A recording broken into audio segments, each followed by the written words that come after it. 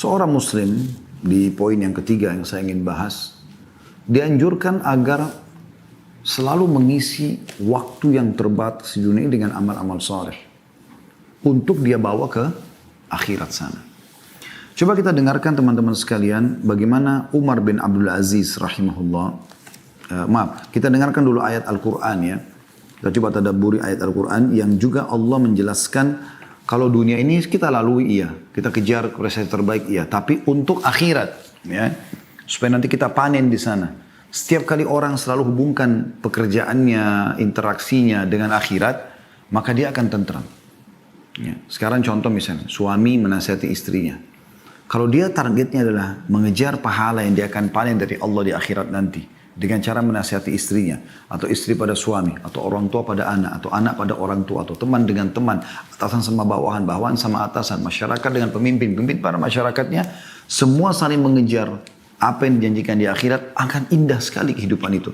Karena setiap orang akan berusaha memberikan yang terbaik. Karena dengan baiknya orang itu, semenjak dia jadi baik, dia patuh kepada Allah beramal saleh, kita akan panen pahalanya. Ya. Dan itu yang diwasiatkan Nabi SAW kepada Ali bin Abi Thalib pada saat beliau ya ingin menyerang membawa pasukannya menyerang benteng Khaybar orang-orang Yahudi. Beliau mengatakan, hai Ali, ketahuilah kalau kau menjadi penyebab satu orang dapat hidayah, dapat petunjuk, maka kau akan mendapatkan lebih baik daripada humurun ni'am. Humurun ni'am itu nikmat terbesar ya, yang buat orang senang di muka bumi ini. Pada saat itu digambarkan dengan unta betina yang sudah memerah badannya atau besar gitu ya. Allah berfirman dalam surah Mu'min ayat 39. Surah Mu'min ayat 39. Kalau Anda mau buka juga silahkan. Potongan ayat di situ Al-Mu'min 39. Potongan ayatnya ada di situ. A'udzubillahi minasyaitonirrajim. Innama hadhil hayatud dunya mata'un wa innal akhirata hiya darul qarar.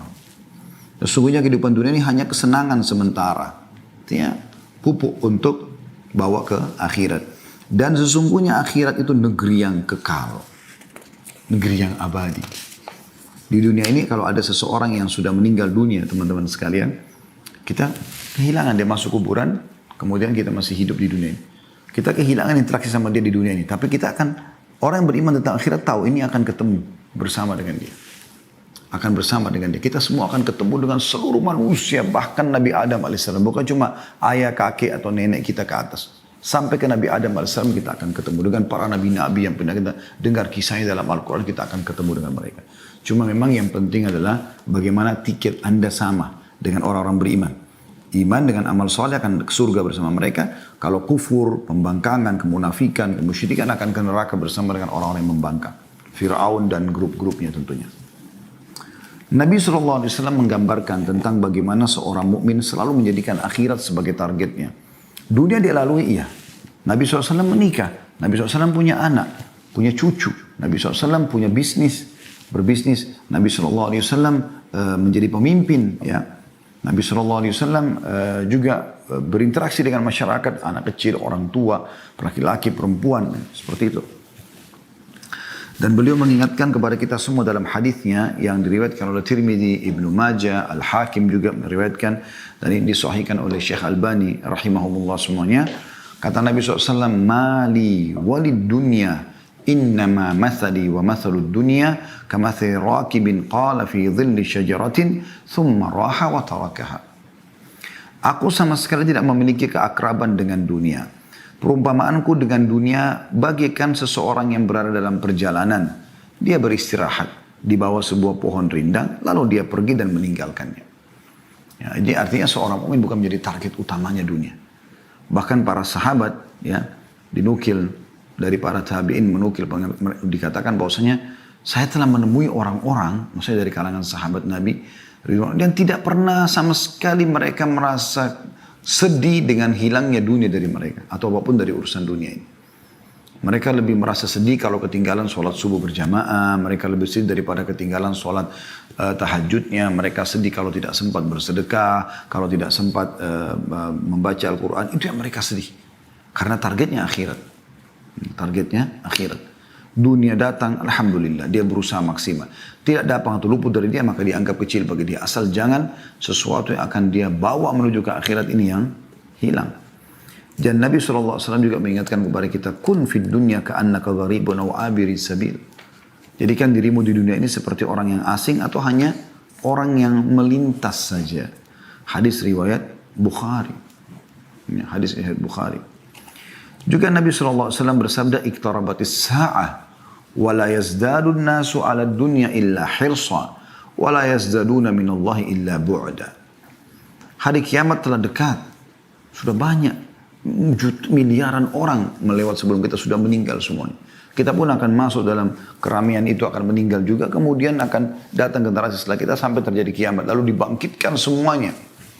Ya, enaknya kita sebagai orang beriman sudah dapat bocorannya itu teman-teman sekalian. Kata Nabi SAW, hari kiamat telah dekat. Karena sudah tinggal sedikit. Ini ujung-ujungnya saja kita hidup di akhir-akhirnya.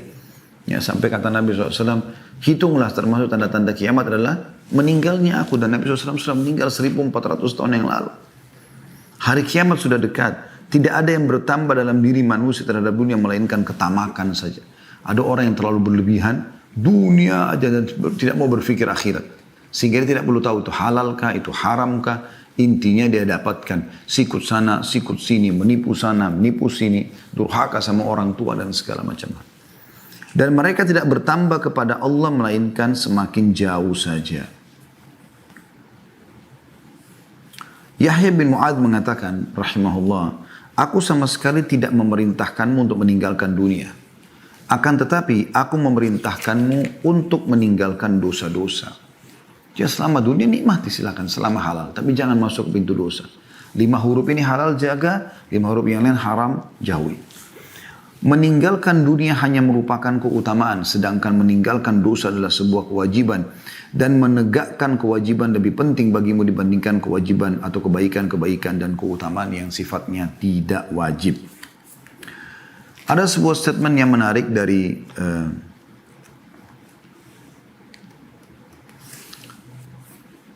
Umar bin Abdul Aziz rahimahullah. Beliau pernah mengatakan dalam salah satu khutbahnya ya, ceramahnya. Beliau mengatakan sesungguhnya dunia bukanlah tempat menetap untuk kalian. Ini prinsip orang muslim.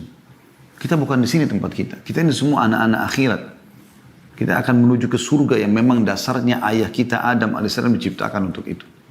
Insya Allah kita termasuknya. Sesungguhnya dunia bukanlah tempat menetap untuk kalian. Karena Allah telah menentukan baginya kefanaan. Akan hilang dunia ini. Akan terjadi kiamat, hancur semuanya. Dan Allah telah menentukan bahwa penghuninya akan pergi. Meninggalkan dunia semua. Berapa banyak bangunan yang sangat kokoh menjadi roboh hanya dengan sedikit sebab. Gempa dan yang sejenisnya. Berapa banyak penghuninya yang bersenang-senang di dalamnya lenyap hanya dengan sedikit sebab. Banyak cuplikan di YouTube ya. Lagi joget-joget mati. Lagi duduk di pinggir pantai kena tsunami. Terjadi gempa, hancur segala macam. Kata beliau, maka perbaikilah. Semoga Allah merahmati kalian semua. Perjalananmu itu dengan sebaik-baik barang bawaan yang kalian miliki. Dan berbekallah. Dan sesungguhnya sebaik-baik bekal adalah takwa. Maksudnya kepatuhan kepada Allah. Allah perintahkan kerjakan, Allah larang jauhi. Dan ketika dunia ini bukanlah tempat menetap bagi seorang mukmin dan bukan pula tanah airnya yang hakiki, maka seyogyanya ia di dunia ini berada dalam satu keadaan di antara dua keadaan, yakni sebagai orang asing yang singgah di sebuah negeri yang di dalam benaknya hanyalah berbekal untuk kembali ke tanah airnya, dan atau yang kedua, bagikan seorang musafir yang sama sekali tidak singgah, siang dan malam hanya diisi dengan perjalanan menuju tempat tujuan, atau yang dimaksud sini adalah akhiratnya. Ya, akhiratnya. Jadi ini sebuah statement yang menarik ya. Beliau mengatakan dalam khutbah yang lain juga, setiap perjalanan membutuhkan bekal, maka bekalilah diri kalian dengan takwa untuk perjalanan dari dunia menuju akhirat. Jadilah seperti orang yang benar-benar diancam dengan siksa Allah sehingga kalian merasa takut dan berharap. Dan janganlah merasakan tenggang waktu yang masih panjang sehingga hati menjadi keras dan akhirnya kalian tunduk kepada musuh. Karena sungguhnya panjang angan-angan bagi orang yang tidak tahu bahwa dia tidak akan menemukan waktu sore ketika dia berada di waktu pagi, dan bagi orang yang tidak tahu bahwa dia tidak akan menemukan waktu pagi ketika dia berada di waktu sore. Padahal kematian sebenarnya telah ditetapkan baginya pada waktu itu. Teman-teman yang ikuti acara kita ini, Saya ingin berbagi teman-teman sekalian. Apa yang menjamin sekarang saya dan Anda? Saya mungkin di ruangan ini, Anda mungkin di tempat Anda masing-masing. Seseorang di antara kita tiba-tiba melihat malaikat maut. Dan itu pasti terjadi. Tidak mungkin tidak. Anda tidak akan mungkin bisa luput dari itu. Dan itu hanya Anda yang menyaksikannya.